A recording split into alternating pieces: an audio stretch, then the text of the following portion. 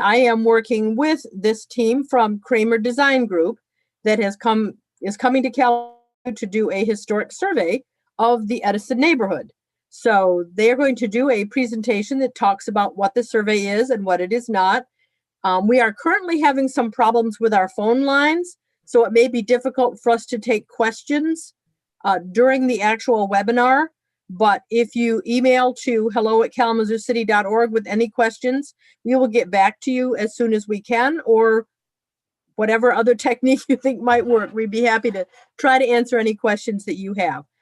If we get it up and running during the webinar, we will let you know. And right now we're planning to take questions at the end when Lillian and Cassandra finish the presentation. So I'm going to turn it over to them. Great. Thank you, Sharon. So as Sharon said, I am Lillian Candela. I'm an architect and architectural historian with Kramer Design Group. And I'll just sort of hand it off to the other team members we have here from Kramer Design Group here today to give a quick introduction. My name is Cassandra Talley, and I am an architectural historian also at Kramer Design Group. It's great to be here.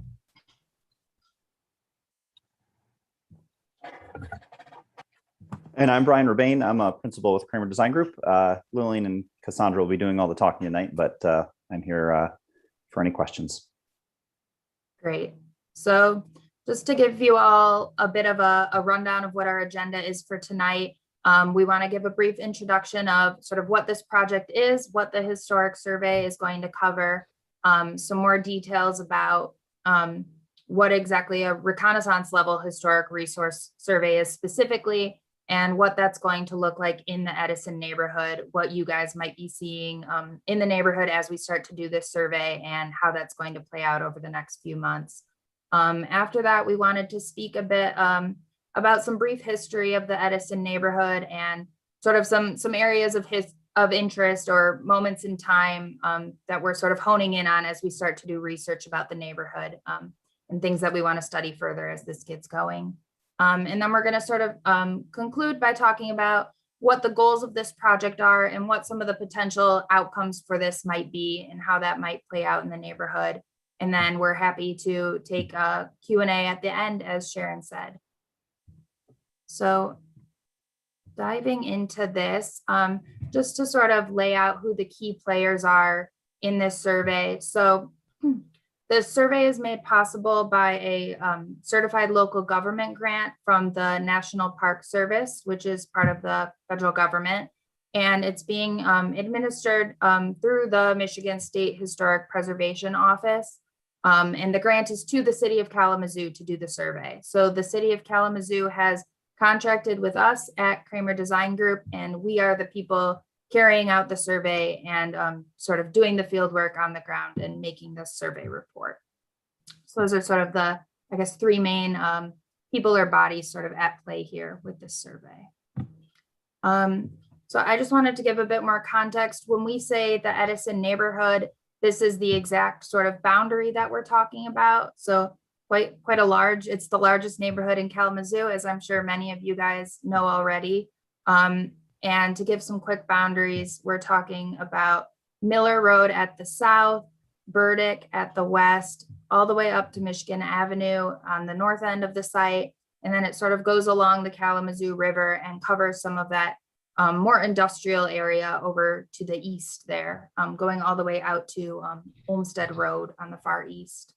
So that is the total area that we're going to be surveying. Obviously, it covers many different types of properties, dense residential areas, industrial areas, and a lot of commercial corridors. So we're really sort of excited about the diversity of buildings that are found in this neighborhood.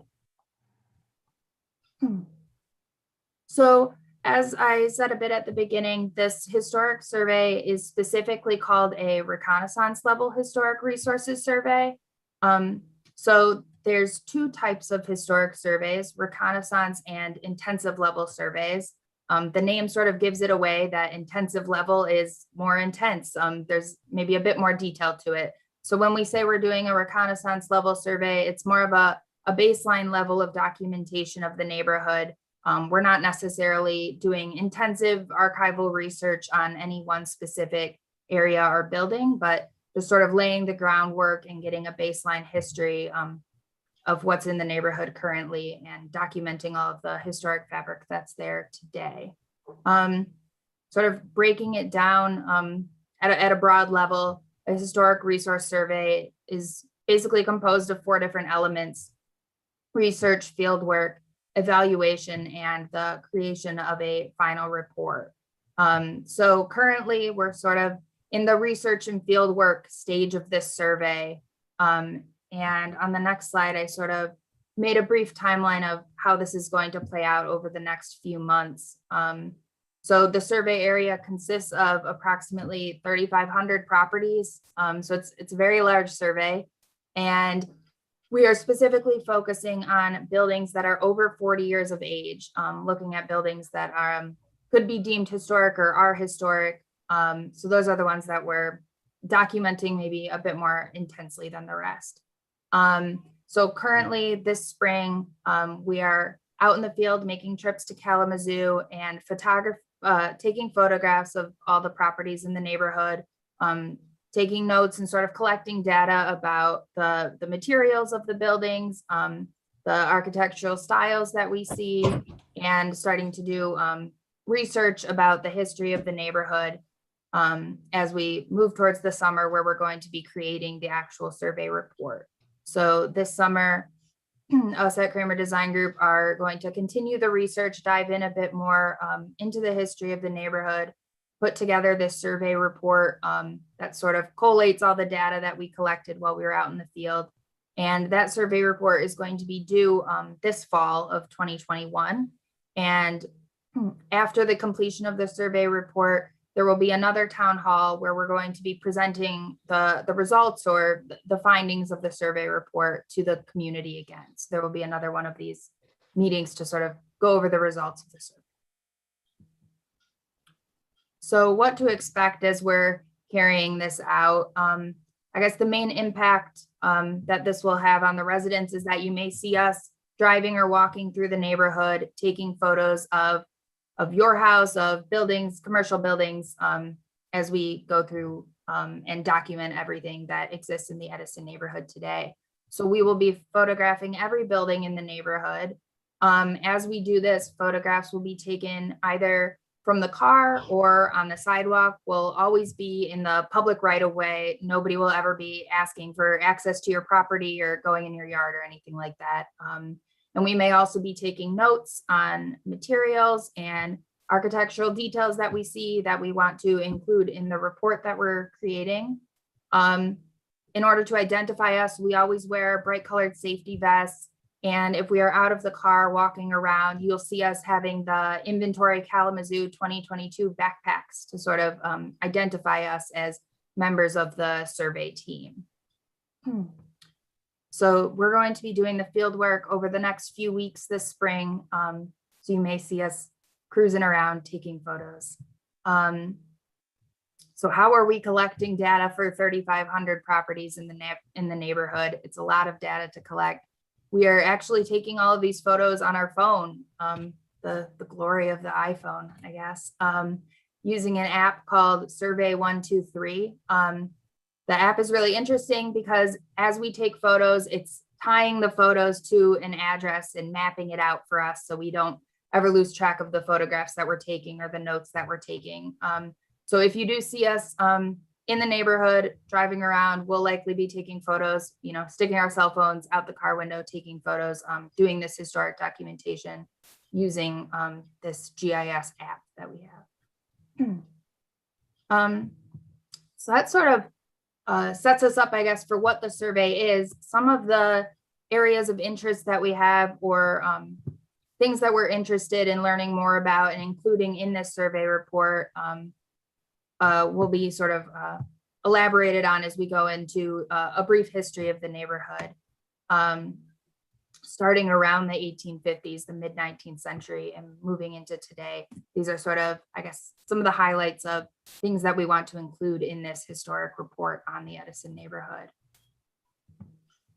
So the first thing, I guess, is celery farming in Kalamazoo. Starting in the later half of the 19th century, there were many immigrants settling in Kalamazoo and really a larger part of Western Michigan for the prime land for celery farming. This really took root or had an effect on what is now the Edison neighborhood, because a lot of the land on the southern end of Kalamazoo, bordering what is now the Edison neighborhood, was really primed for this celery farming.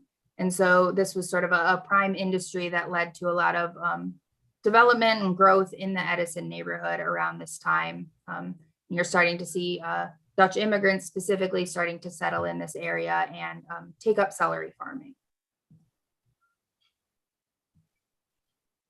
Another thing that's happening around the same time is the creation of the National Driving Park. So the National Driving Park does not exist anymore, but from 1856 to 1893, it took up 64 acres in what is now the Edison neighborhood. It is currently the area bordered by Portage, Stockbridge, Cameron, and Reed Streets. So that's all really dense residential now. So it's really hard to imagine it as a horse racing park, but that is what it was, which is super interesting. And not only was it used for horse racing, it was also used for other recreation purposes. It was later used as the fairgrounds until that moved out to its current location on Lake Street. When the National Driving Park closed at the sort of end of the 19th century, it ended up being sold to some developers or investors, and that's when it turned into the residential area that it is today. But really like an interesting point in the Edison neighborhood history. Another industry besides the celery or the agriculture industry that played a big role in shaping the Edison neighborhood to be how it is today is the Bryant paper mill or the paper mill industry. So Edison neighborhood had a great proximity to rivers and creeks. Obviously, it's against the Kalamazoo River, and there's some creeks that go through the middle of the neighborhood, making it really prime real estate for the paper mill industry. So as it was sort of the hotbed of the celery agriculture industry, paper mills also started to open up. And as the celery industry started to die down into the 20th century, the paper mill industry sort of really ramped up in this area. One of the significant mills in the area was the Bryant paper mill. The majority of that building has been demolished at this point. Only one building from the site remains. It is now the Kalamazoo Health and Community Services Department.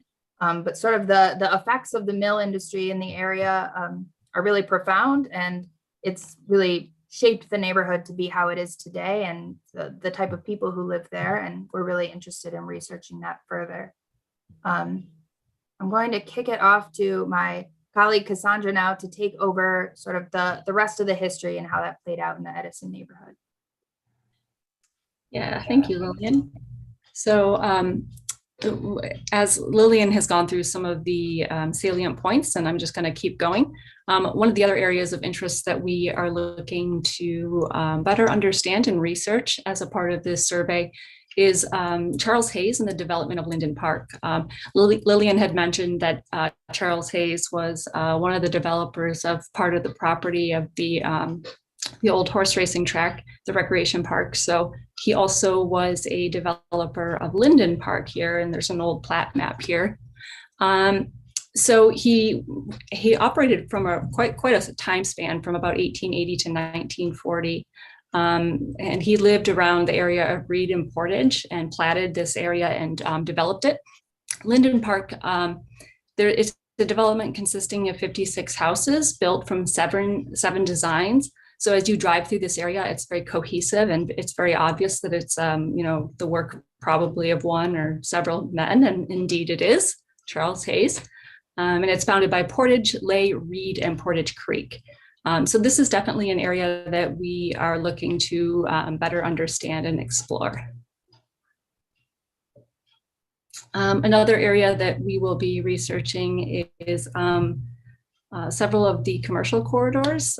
Portage Street and Washington Square are high on the list of areas that we will be investigating and doing research in.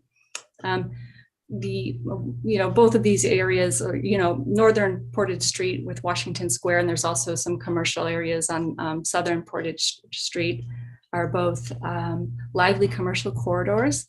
And this area really flourished in the 40s and 50s, and we'll be doing research into that, and we'll also be looking at sort of the revitalization as new shops have come into this area. Another thing probably one of the more important things I think Lily and I would both agree that we want to dive into is the settlement patterns and the race and ethnicity history of the Edison neighborhood. In the early and mid 20th century, the Edison neighborhood was one of the few areas in Kalamazoo where non-white residents were able to settle down. And we want to make sure we understand that history and document it. That history also contributes to the diverse, demographic of the neighborhood now. And although this area was open to African-American settlement, it was also subject to harsh discrimination. Residents in the area couldn't obtain mortgages in much of Edison, and we want to make sure we understand that and document that as we put together the survey report.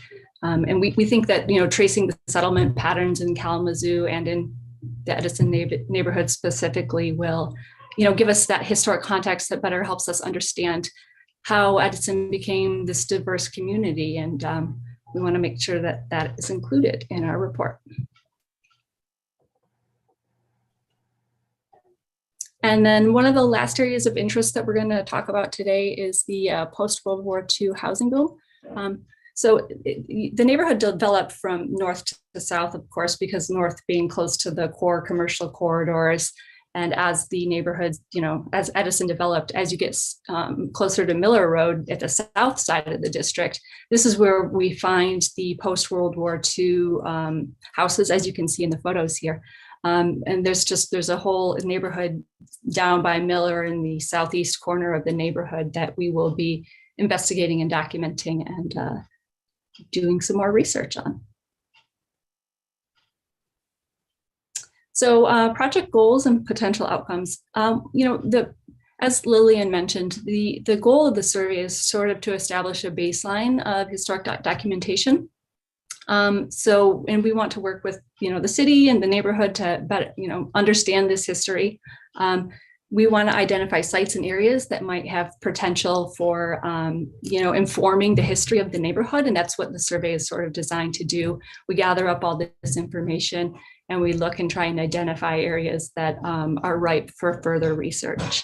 The survey doesn't necessarily mean that the areas we recommend will become a historic district or go on the National Register. It doesn't really, that isn't really part of the process. It could be a result later on down the line, but it's not something that Lillian and I will be doing. Rather, we're sort of gathering, collating, and putting all this information together for the city and for the neighborhood association and for the residents to explore the history and start planning and take that information and use it as they need.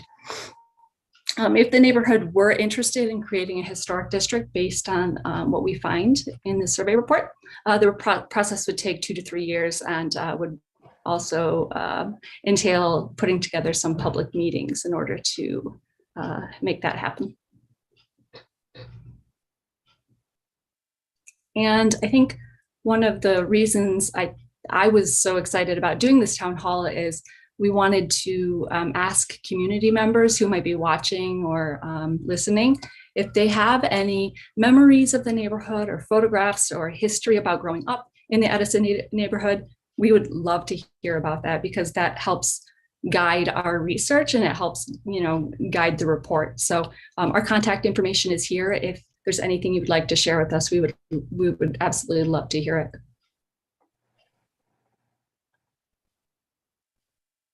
And questions. Here's all the ways to get on us. I think we were having issues with the phone though, so I'm not sure if it's possible if we have Zoom participants. I think there's a raise your hand button if anyone has questions. I don't think we do. Probably the easiest way to do it if we haven't resolved the phone questions would be for folks to just email hello@kalamazoocity.org that's something we can check in on, and I can send you answers to your questions, I hope. Or if it's something that I think Lillian and Cassandra can answer better, I can forward it on to them and make sure that they get it. So, Amanda, are we able to take anything live today, right now? Amanda's our host. Doesn't look like we've gotten any questions. Yeah.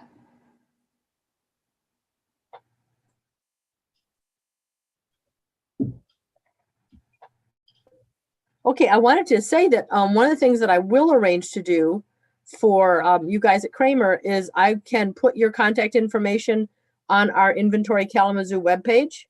And then if people be have great. stuff, Yeah. there'll be a link we can give them so they can contact you guys and ask you, or maybe share things with you. I've already been contacted by one person who lives in Edison who has some wonderful photos. So I will get that wonderful. back onto you too.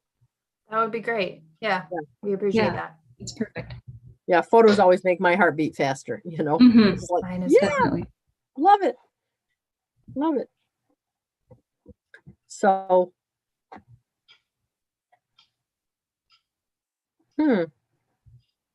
so I guess, unless there's something more that you guys want to add, this is I was very pleased with the fact that the State Preservation Office actually asked Kalamazoo whether we would try and do a large survey like this. Usually Mhm. surveys are funded and they are much smaller than this. And they really wanted a city like Kalamazoo that's very involved with historic processes and buildings to be able to do a survey like this. And they chose the Edison neighborhood because of its wonderful diversity in types of buildings. It's so much of it is still there. Some of our factories are there, the homes are there. There's at least one, if not two, Sears kit houses. There's two schools, there's churches that are still active, churches that have passed from one congregation to another. So there's a lot of continuity in Edison, and I think it's going to be a very rich story when we get Mhm. around to telling it, when these folks get around to telling it for us. This is Brian. So I've been watching on the Facebook live feed. There is a question actually on the Facebook live feed. Oh. So I can read it and maybe y'all can answer it. So will the reports be specific to the neighborhoods or a general citywide report? Yeah, so it's specific to Edison. Yeah, there'll be a little bit of overarching history about Kalamazoo, but this is a report that will reflect the history of the Edison neighborhood. Yeah, and we are, of course, pursuing a larger citywide survey at the same time that we're going to do about half the city, we hope by the end of spring, and the other half starting in the fall. So we will have a citywide survey going on, and the reports will be coming out in 2022 on the rest of the city. This is, Edison is kind of like our lead, taking the lead on this for us. So there will be more reports, but for right now, it's just going to be the Edison report.